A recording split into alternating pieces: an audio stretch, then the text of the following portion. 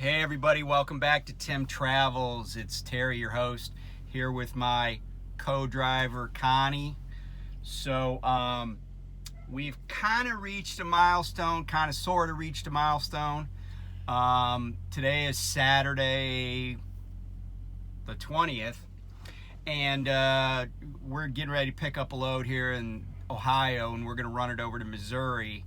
And then we're going to head down to the terminal, so we'll be down in Springfield sometime tomorrow. And then Connie is going to be getting off the truck. Yeah. You're not misty-eyed, are you? I've enjoyed this a lot. You've taught me a lot. You've reminded me of a lot of things, and you've given me pointers that I have to work on. I've written them down and going to work on them and become a better driver. Oh, well, that's cool. Because what do I always say, right? Like, every trucker is only as good as his last safe mile, right? You get in an accident, well, now you got to start all over again trying to be safe every mile. So Connie is not going to be finished with her 30,000 miles of TNT. You're gonna have, what do we guess, like $6,000? Yeah. Six. Yeah. Maybe around 6,500 miles to go. But because Connie has at least planned on going to tanker division, she's got a ride starting on Monday with a trainer. Do you want to say your trainer's name? Tina. Yeah. So that's a weird name for a guy, but whatever. I will be her first trainee. So she's going to be Tina's first trainee. So it's going to be, I think it's actually good that you've already been with a trainer. Yeah. 2 trainers actually. Yeah, 2 trainers. So First one wasn't a trainer, no. Well, she's gonna so Connie's gonna start learning the tanker gig, because like I said to her a few weeks ago, like I feel like I can teach somebody to use a reefer in about 10 minutes, but tanker, you screw something up, man, you got 6,000 gallons of chocolate syrup on a road. And while I guess, what animals like chocolate? Badgers or humans. So you might have a bunch of housewives stopping, but the cops and a lot of other people are going to be upset. So, and the difference, like with the 2 trainers, just you more, you're lease owner operator, so you do stuff totally different than what Tina does, which is a company driver and tanker. So then and you're gonna go, you're planning to come, right, you're planning to be company, at least for now. So that's a good point, right? Like, I honestly, before I came to Prime, every job I had was a company driver. But I've never been a company driver at Prime, so if I were a trainee and planning to go company, I'd be like, okay, well, if I never had any exposure to a company driver, then you got all this other stuff you got to learn. Because you have so much more variety. You get a fuel where you want, you get a route where you want. Right. And how you like hitting your deer. You had to handle that different than I would as a company driver. Well, lease drivers are allowed to hit deer. Well, company drivers are not. I can't. Okay. just throwing that out there. Lease drivers can hit any wildlife they want to. No, but so like I hit the deer. Honestly, I hit the deer and kept going. Yeah. I mean, I'm still under an obligation, and I did turn in an accident report, but I just was not like, oh, I'm gonna. I don't know if I was company, I don't know what I would have done. Maybe I would have stopped because I felt like I had to give them information immediately. But so company, tanker, it's a lot. That's going to be, but you got to stay. The mileage doesn't matter as much at this point, right? Because I think she said 30 days I have to be with her. So you got to be with her 30 days. Yeah. So getting that mileage won't be any kind of issue. But so this is kind of our, I'm throwing my trainee off the truck talk, but it's like kind of like it's our debrief, right? So you mentioned a few things that you kind of made a punch list of things you want to that I've identified as weaknesses, but do you have, like, what should I be doing better? What could I do better? You know, is there something where you're saying, man, I wish he would have taught me X or I whatever? would say anything you're doing on the quail comm, say what you're doing. Okay. I'm pushing this button because and then whatever you're doing on your phone, like when our arrival, okay, I'm at my 01, I hit my arrival. When we get to our 90, we do our, right. So, and then trailer, I would just say maybe that. So I need to be more communicative in terms of like administrative stuff. So I did say a little bit ago, okay, because I asked you, did you send an arrival call? And I said, okay, I'll just send it in. Yeah. But I will say we had like a kind of a snafu with your break one day because Connie went, so she was driving and we were at a shipper or whatever. Yeah. And she put, she knew to go in yard movement. And I don't know if I was in the back when we first got there, but yeah, you were trying to get some sleep. So I was trying to sleep. She goes in yard movement. But then I didn't get anything back. We spent like 40 minutes and she was either on duty or yard movement. We spent like 40 minutes at this shipper receiver, I can't remember which, and she didn't get, her clock didn't reset to give her, more drive time, like go back to 8 hours or whatever. And so I said, well, what'd you do?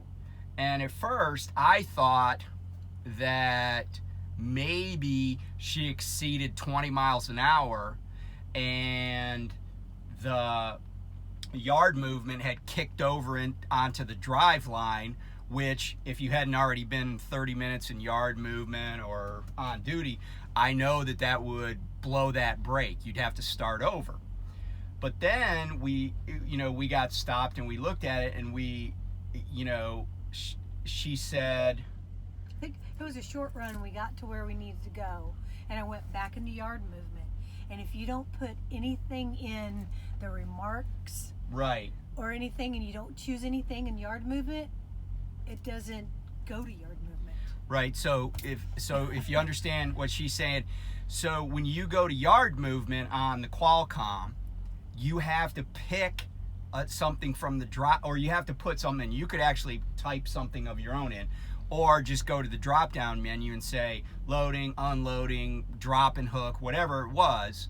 But she didn't do that. And candidly, I'm not sure I even knew that. I mean, I always do just put what I'm doing.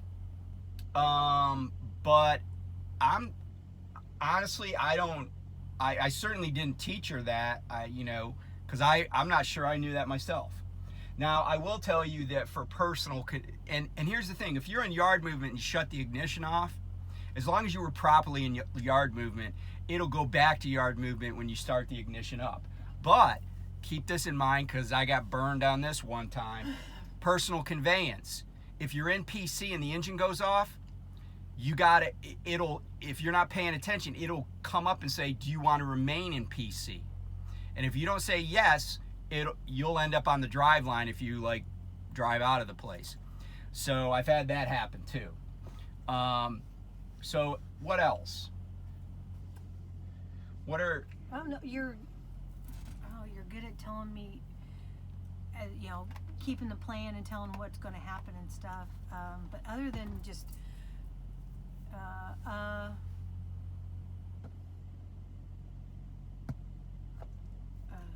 I'll think of everything when you're not asking me. Okay, so do you want to talk about what happened in Texas the other day? We don't have to, but you can. Me taking a sightseeing tour? Or No, that was in Georgia, actually. Or the backing. No, in Texas, when we dropped at FedEx, then we were going to the truck stop. I guess I'm not. You're gonna have to enlighten me here. Okay, so we were kind of going cross lots, and I'm the one that chose the route, but Connie was driving, And it turned out that we ended up going down a lot of roads with 90-degree turns, but that had ditches. Oh, the stop sign. So we had gone through 5 or 6 different 4-way stops. And, you know, so we came up to another stop sign, and we were going to get on a more traveled road, on a farm and market road. And you want to say what happened? I just got complacent of thinking that it's going to be a 4-way stop, because that's what we've done since then, and it wasn't a 4-way stop, and I just read the stop sign, and I didn't read, you know, on traffic coming the other way doesn't stop. It's only a two-way stop. And luckily you said, "What are you doing?" I'm thinking, I'm going, but it's like, I'm not going, because that traffic doesn't stop. The gentleman that was in the lane motioned me to go, because he was going to be a nice guy and let me go, but the lady behind him, as you said, was late for her latte and swerved around him and went. And at that time it was like, holy crap, I'm just going to sit here and wait and let everybody. But then you said go, and everybody else said stop, and I went. But it was me not reading the whole sign and seeing the whole picture, because I got used to the 4-way stop. So if just to clarify, so we had gone through a bunch of 4-way stops. Everybody knows how to do those, and you know, all it said was it was a stop sign, but on lower down on the pole it said cross traffic doesn't stop.